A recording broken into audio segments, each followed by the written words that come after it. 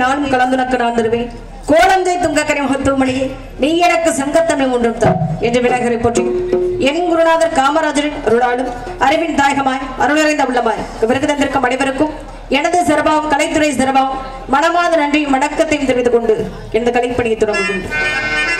குறிஞ்சி, முல்லை, மருதம், நெய்தல், பாலை ஆகிய ஐவர்ணங்களில் எண்ணாடா பொன்னாடாக திகழக்கூடிய குறிஞ்சி நாட்டின் மன்னனாம் நம்பிக்கை மகளாக வளர்க்கப்பட்டு 7 அண்ணன்மார்கள் உடனே இருக்க செல்லமாக வளர்ந்தவர்கள் இன்று ஏதோ கிரணமாக என்னை என் தந்தை அழைத்ததாக அண்ணனும் தோழிமாரும் கூறினார்கள். என்ன காரணம் அப்படின்றது தெரியல, போய் பார்ப்போம். அதற்கு முன்பாக குலக்கடவுள் யார் அப்படின்னா மிருகப்பெருமான். கந்தர் விளங்காம எந்த காரியத்தையும் தொடரக்கூடாது. 5 வயதிலிருந்து அரியா பருவத்திலிருந்து அவர் ஒருத்தரை நினைச்சிட்டு இருக்கேன் அப்படின்ற காரணத்தினால முதல்ல மிருகப்பெருமானை வணங்கிட்டு கதைக்கு செல்வோம் அப்படின்ற முறையில இவரங்க மேடையில் வள்ளிநாயக நடித்துக் கொண்டிருக்கும் மனோரஞ்சனி அவர்களுக்கு நியூ ஸ்டார் இளங்கணி நற்பணிமன்றம் சார்பாக மற்றும் ஊர் பொதுமக்கள் சார்பாக மலர் மாலை அணிவித்து கௌரவப்படுத்தப்படுகிறது.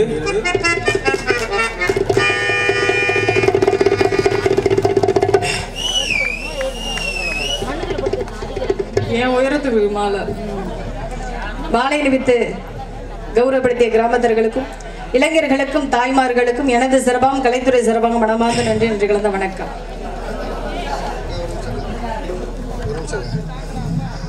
மதிப்பிற்கு மரியாதைக்கு முறைய MS சிவகுமார் ஹார்மோனிய கலையரசு எம்ஜி ராஜசேகர் மற்றும் மலேசியாவிலிருந்து வருகிற அருமையினார் முத்து சேவகராஜன் அன்பு உள்ளம் மற்றும் இசைக்கரங்கள் வாட்ஸ்அப் குழுமத்தின் சார்பாக இங்கே கலைக்குழுவினர் அனைவரையும் பாராட்டி ரூபாய் 1001 அன்பளிப்பாக வழங்கியிருக்கிறார்கள்.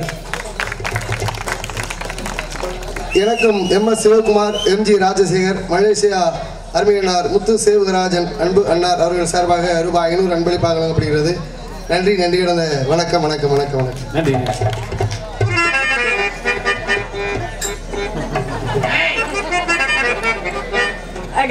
முதல்ல மிருகப்பெருமானை வணங்குவோம், பின் கரைக்கு செல்வோம் அப்படின்ற காரணத்தினால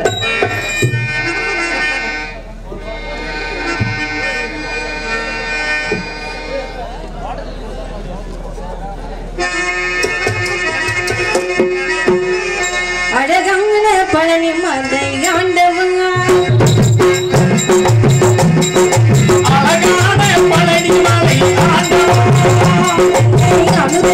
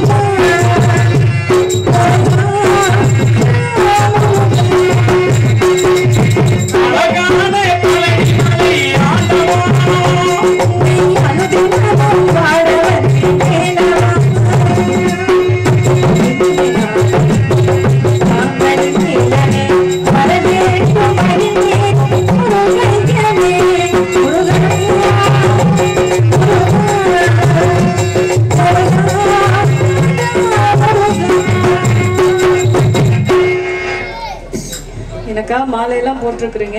ஆனால் ஏற்கனவே நகையெல்லாம் போட்டிருக்கனால இதையும் தூக்கி சுமக்க முடியல. அதனால கொஞ்ச நேரம்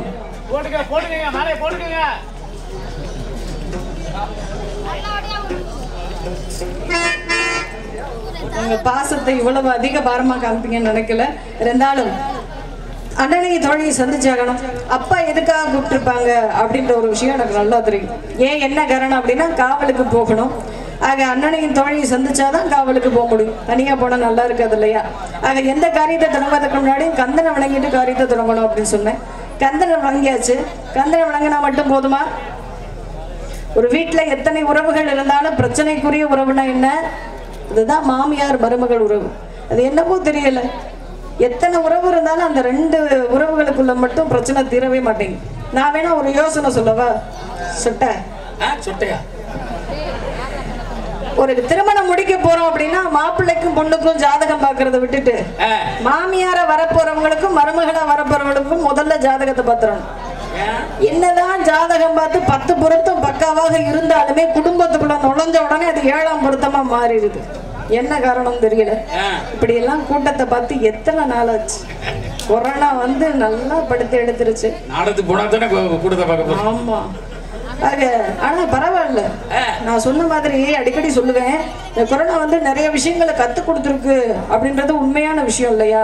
ஏன்னா பணத்தை டோம்னு எல்லாம் செலவு பண்ணோம்.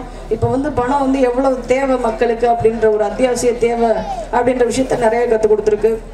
அதே மாதிரி பிள்ளைகளுக்கெல்லாம் பாவம் கல்வியே இன்னும் ஆரம்பிக்கல. இனிமே போய் அதுகளை சேர்த்தாலும் அதுகளுக்கு புரியுமா? புதுசாக போய் சேர்த்தோம்னா புரியும். ஏற்கனவே படிச்சுட்டு இருந்த பிள்ளைகள் இப்போ என்னமோ ஆன்லைன் கிளாஸ் கிளாஸ்ன்னு அவங்க டீச்சர் கத்திக்கிட்டே இருக்கிறாங்க. இந்த பிள்ளை இது வாட்டுக்கு பேசிக்கிறான், இருக்கேன் அவ்வளவுதான். ஆக அப்பேற்பட்ட முறையில் நவீன காலத்தில் போய்கிட்டு இருக்கு. இந்த ஒரு நவீன காலத்திலையும் வள்ளி திருமணம் என்று சொல்லக்கூடிய நாடகங்களை வைத்து ரசித்து பார்க்குறீங்க அப்படின்னா ரொம்ப பெரிய விஷயம். ஆக உங்களுக்கெல்லாம் மனமார்ந்த பாராட்டுகள். நன்றிண்ணா. அதற்கு முன்பாக மாமியாரை பத்தி சொல்லிக்கிட்டு இருந்தேன் பார்த்தீங்களா? என்னதான் மாமியாரை பத்தி பேச நானும் காக்க பிடிச்சி பார்த்துட்டேன். ஒன்றும் சரிப்பட்டு வரமாட்டேங்க. அப்படி கிடையாது. இப்படித்தான் உங்களுக்கு ஒரு விஷயம் சொல்றேன். என்ன மாதிரி ஒரு அழகான பெண் சொன்னா ஒத்துக்கிறேன். என்ன மாதிரி ஒரு அழகான பெண் அழுதுகிட்டே இருந்திருக்கிறா. உடனே இன்னொரு பெண் கேட்டிருக்கா, எதுக்கு ஏன் அப்படி அழுகிற, ஏன் என்ன காரணம் அப்படின்னா, அந்த அழுத பெண் சொன்னால, இல்லை நானும் என்னுடைய மாமியாரும் இந்த மேல்மருவத்தூருக்கு வந்து ரயில்ல போய்கிட்டு இருந்தோம். அப்படி போகும்பொழுது என்னுடைய மாமியார் கால் தவறி ரயில்ல இருந்து கீழே விழுந்துட்டாங்க அப்படின்னு சொல்லி அழுதுருந்துருக்கிறா. பாவம் ரொம்ப பாசமானவ போல.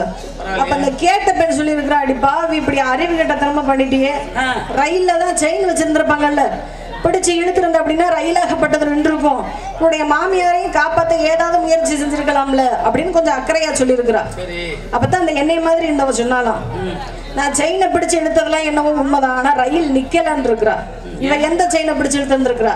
மாமியார் கழுத்துல கடந்த 10 பவுன் செயினை பிடிச்சு இழுத்துருக்கிறா. அப்புறம் எப்படி ரயில் நிக்கும்? நானும் என்னுடைய மாமியார அடுத்த வாரம் திருப்பதிக்கு ரயில்ல கூட்டிட்டு போலான்னு இருக்கேன். நினைக்கிறேன். ஆனா நான் கழுத்தை பிடிக்க மாட்டேன், காலை தான் பிடிப்பேன். எதுக்காக? காலை வரி விடுறதுக்கு கிடையாது, காலில் விழுந்து ஆசீர்வாதம் வாங்குறது. ஒவ்வொரு மருமகளும் வரக்கூடிய மாமியார பெற்ற தாயாகவும், ஒவ்வொரு மாமியாரும் வரக்கூடிய மருமகளை பெற்ற மகளாகவும் நினைத்தாலே போதும், இந்த புருஷன்மார்கள் கொஞ்சம் நிம்மதியா இருப்பாங்க. அது அப்பேற்பட்ட முறையில அடுத்ததாக எனக்கு பிடிச்சது யார் தெரியுமா? எப்பயுமே எங்க மாமனார் தான். அவரின்றி ஒரு அணுவும் அசையாது அப்படின்னு இருக்கிறாங்க. ஆக அப்பேற்பட்ட சிவபெருமானை வணங்கி விட்டு பின் கதைக்கு சொல்லும் அப்படின்ற முறையில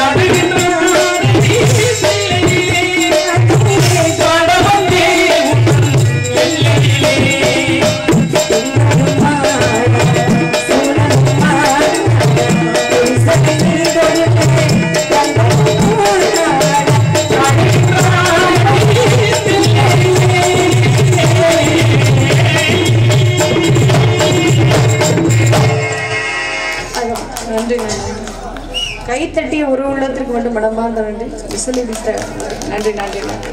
அப்படி சொன்னா தான் எல்லாரும் தட்டுவீங்க தெரியும். முருகப்பெருமான நினைச்சுக்கிட்டு இருக்கிறேன், முருகப்பெருமான நினைச்சிட்டு இருக்கிறேன் அப்படின்னு. அதுக்கு என்ன காரணம் அப்படின்னா அவரை தான் காதலிச்சுக்கிட்டு இருக்கிறேன். எப்போ வருவாரு நானும் பார்த்துக்கிருக்கிறேன். எகித்தாப்புல உட்காந்து நானும் பார்த்துக்கிருக்கிறேன். நான் என்ன செய்ய, இருக்கட்டும் பரவாயில்ல. ஆக அவரை பத்தி நினைக்கும் பொழுது எத்தனையோ விஷயங்கள்லாம் ஞாபகம் வருது.